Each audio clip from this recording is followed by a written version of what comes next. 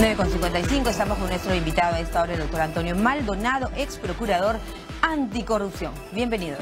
Gracias. Muy buenos días, gracias por su amable invitación. Doctor, bueno, vemos que el caso de investigación regional, el más corrupto, el más sonado, que es Lavallato, ¿no es cierto?, entre ellos Odebrecht, dentro de Lavallato, va involucrando a más personajes, a mayor número de personajes de la política nacional, ¿no es cierto? Se habla ahora del caso, por supuesto, lavado de activos del expresidente Alan García Pérez, investigación para Keiko Fujimori también a partir de las agendas del señor Odebrecht, en fin. ¿Qué otros personajes se suman a la lista de políticos en el Perú en esta investigación?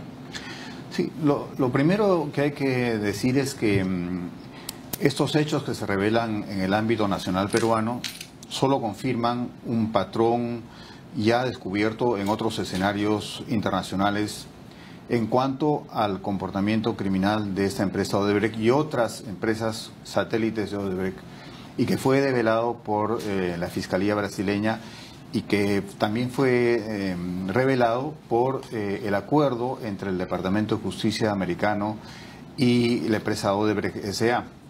El patrón esencialmente indica que la empresa estableció una relación delictiva, una relación criminal con élites políticas en diferentes países.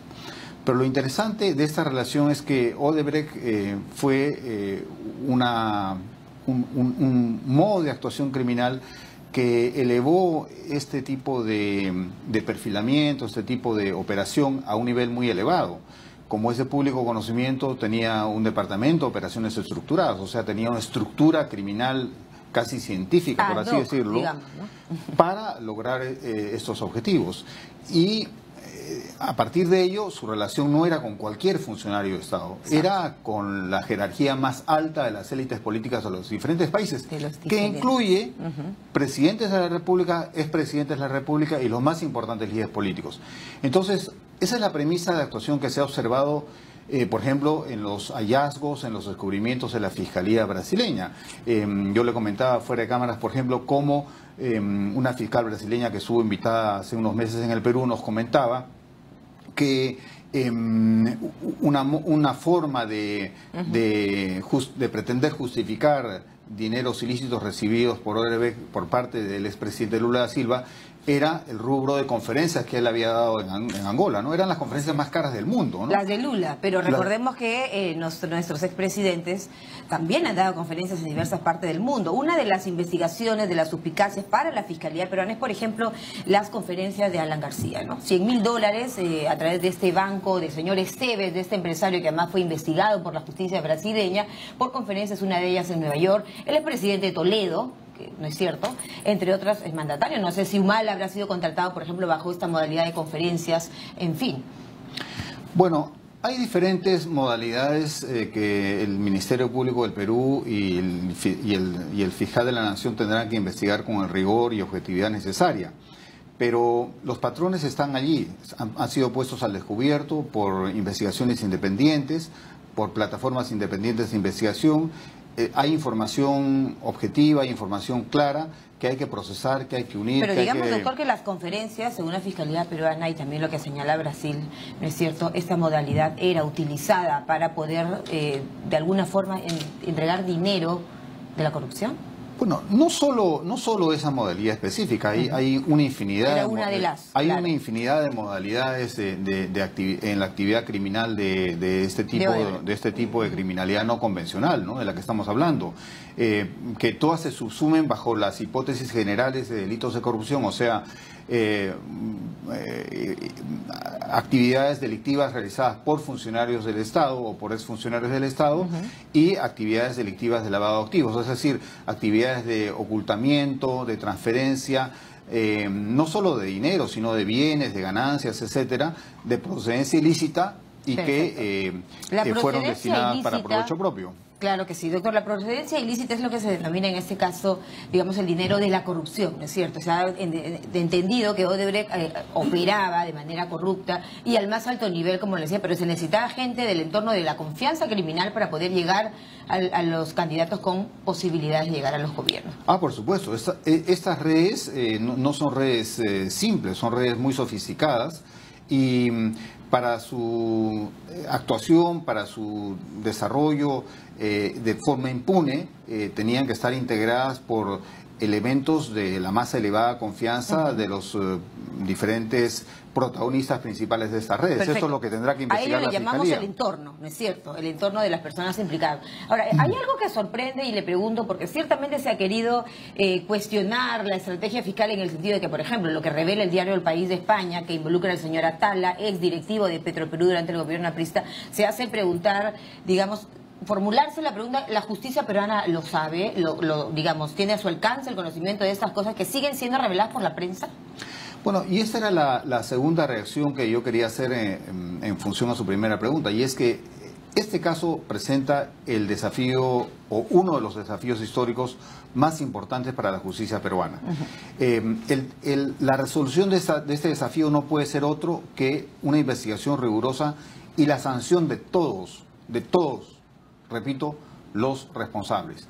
Y no hablo solamente de actores subsidiarios, de actores subalternos, sino de los líderes. Por lo tanto, ¿todos deberían estar bajo la figura de la prisión preventiva?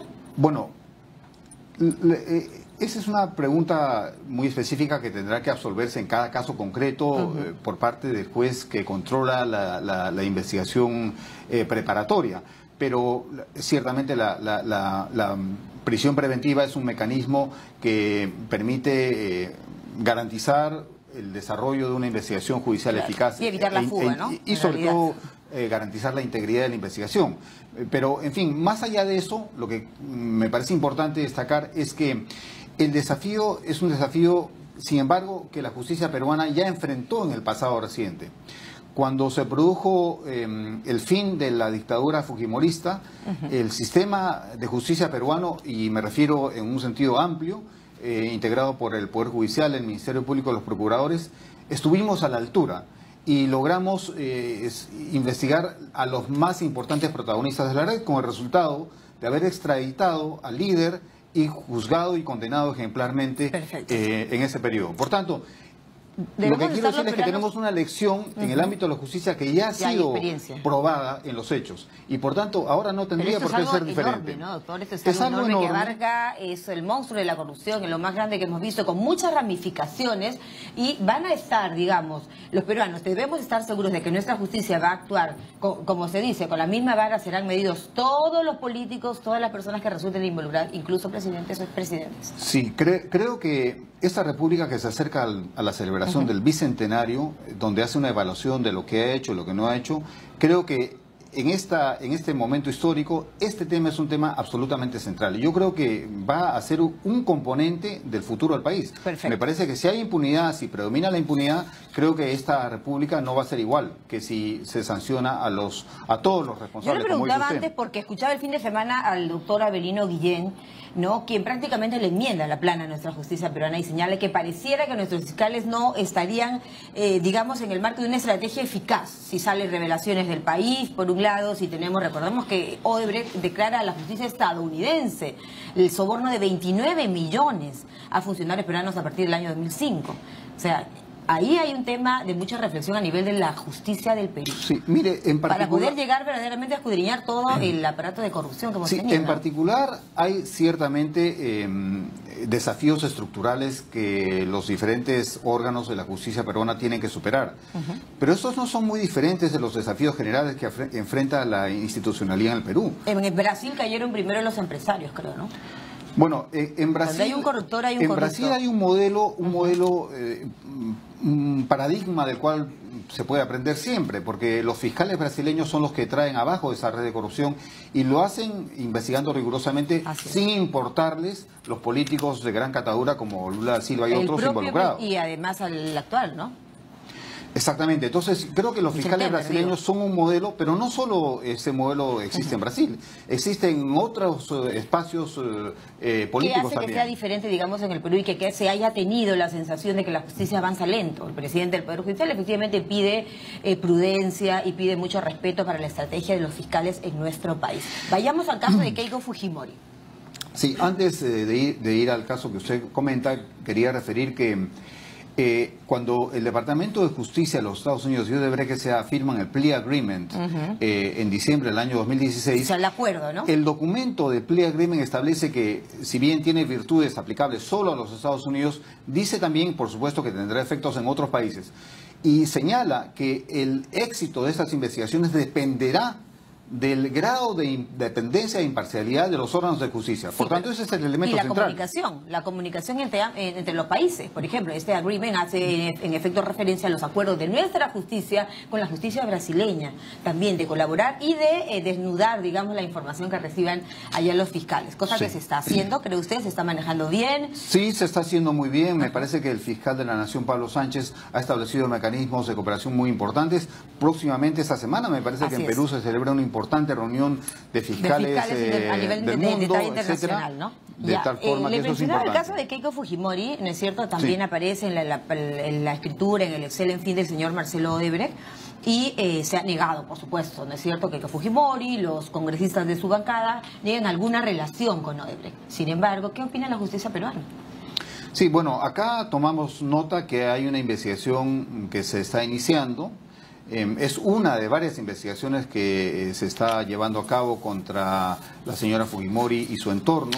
Una de ellas, me parece también, no ha sido muy comentado. Cueva, no se ha mencionado mucho, me parece. Exactamente. ¿No? Esa investigación es muy interesante porque es una investigación que parte de la hipótesis de relacionar los activos ilícitamente sustraídos al Estado peruano durante el régimen de Alberto Fujimori y el incremento en las ganancias de unas empresas creadas por el clan Fujimori. Esa es una investigación... Pero al parecer Kenji y Hiro serían, según esta información, ¿no es cierto?, que la justicia deberá confirmar y reconfirmar, por supuesto, serían los que más han ampliado el patrimonio empresarial. Bueno, hay una serie de empresas vinculadas a ese clan que el Ministerio Público se supone está investigando.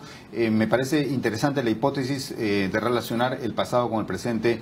¿En cuánto se amplió, por ejemplo, ese presupuesto? Hay cifras, ¿no? Sí, se amplió significativamente. Me parece que ahorita no recuerdo las cifras exactas, pero es la figura en sí ahora es una ampliación que no se ha acreditado suficientemente, me parece. Claro, hay que sustentarlo. ¿Cómo lo haces, no?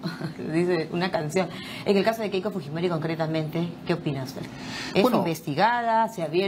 Hay varios procesos, ella está ha dicho a colaborar con la justicia para luego pasar a ver otros casos como el del señor Toledo. Sí, así como con respecto al caso del expresidente Toledo y el expresidente Humala, creo que en este caso el Ministerio Público también está en la obligación de desarrollar una investigación rigurosa, objetiva, que le permita, en primer lugar, valorar si existe la comisión de un delito. Ellos deben ser citados a la comisión Lavallato porque escuchaba algunos congresistas de la comisión, entre ellos por supuesto Rosa Bartra, en el sentido de que aún no se tendrían indicios para citar a Keiko Fujimori, a Alan García Pérez, digamos, a la comisión Lavallato, que irá más bien a la DIRO a entrevistar a Ollanta Humala. Si la comisión Lavallato quiere dar muestras de que está actuando de forma imparcial e independiente, creo que ya hay suficientes elementos como para que proceda a hacer una investigación a la señora Keiko Fujimori. ¿Y al expresidente Alan García? Y ciertamente al expresidente Alan García. El caso Toledo. El fiscal ha dicho que la estrategia de unir, ¿no es cierto?, Ecoteva